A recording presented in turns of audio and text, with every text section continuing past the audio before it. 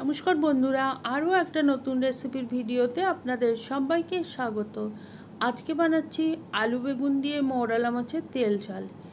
এই রেসিপিটা বানাতে যেমন সহজ, খেতে কিন্তু ততটাই সুস্বাদু হয়। তো আসুন দেখে নিই রেসিপিটা।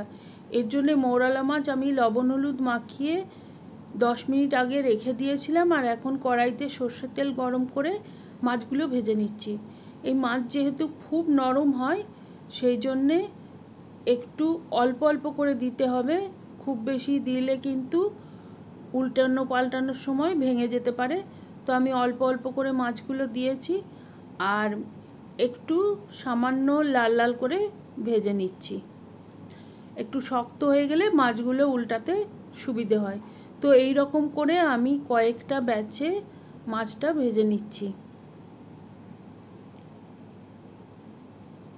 এখন সমস্ত মাছ ভাজা হয়ে গেছে। কড়াইতে ওই তেলেতেই আমি একটা ছোট সাইজের আলু দিয়ে দিয়েছি। এই আলুটা আমি ফ্রেঞ্চ ফ্রাই যেমন করে কাটে তেমনি করেই কাটা হয়েছে। আর এখন লবণ হলুদ দিয়ে আলুটাকে আমি প্রায় 70 to 80% ভেজে নেব। মানে মোটামুটি ধরুন পুরোপুরি ভেজে নেব। একটু সামান্য একটু ক্রাঞ্চ থাকবে, সেই অবস্থায় আলুটা আমি তুলে নেব তেল থেকে। তো আমার আলু ভাজা হয়ে গেছে, এখন আমি আলুটা তুলে নিচ্ছি। আর কড়াইতে এই তেলেই আমি দিয়ে দেব একটা মিডিয়াম সাইজের বেগুন।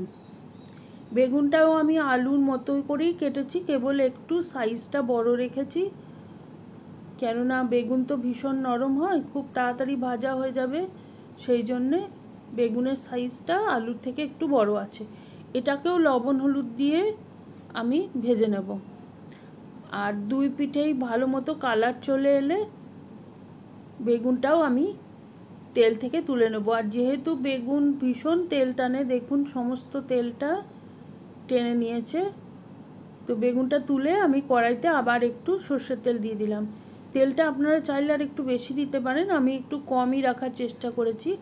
দুটো কাঁচা লঙ্কা কুচি করে দিয়েছি, আর হাফ চা চামচ কালো জিরে। ফোড়নের সুন্দর গন্ধ বেরিয়ে গেলে 4-5 কোয়া রসুন লম্বা লম্বা করে কুচি করে দিয়েছি। আপনারা রসুন পছন্দ না করলে রসুনটা স্কিপ করতে পারেন, তবে এই রান্নায় রসুনের গন্ধটা বেশ ভালো লাগে। সামান্য একটু ভাজা ভাজা হয়ে গেলে একটা মিডিয়াম সাইজের পেঁয়াজ স্লাইস করে কেটে এর মধ্যে দিয়ে দিয়েছি। আর পেঁয়াজটাকেও আমি কিন্তু একটুখানি ব্রাউন হওয়া পর্যন্ত ভেজে নেব, খুব বেশি লাল করে ভাজবো না।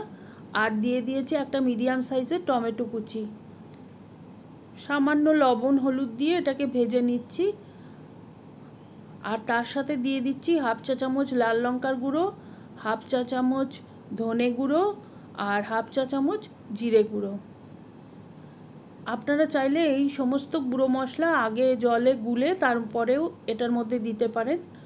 আর আমি যেহেতু তেলটা কম দিয়েছি, গুঁড়ো মশলাটা পুড়ে যাওয়ার একটা চান্স থাকে, তো সেই জন্য আমি অল্প অল্প করে জল দিয়ে মশলাটা কষিয়ে নিচ্ছি।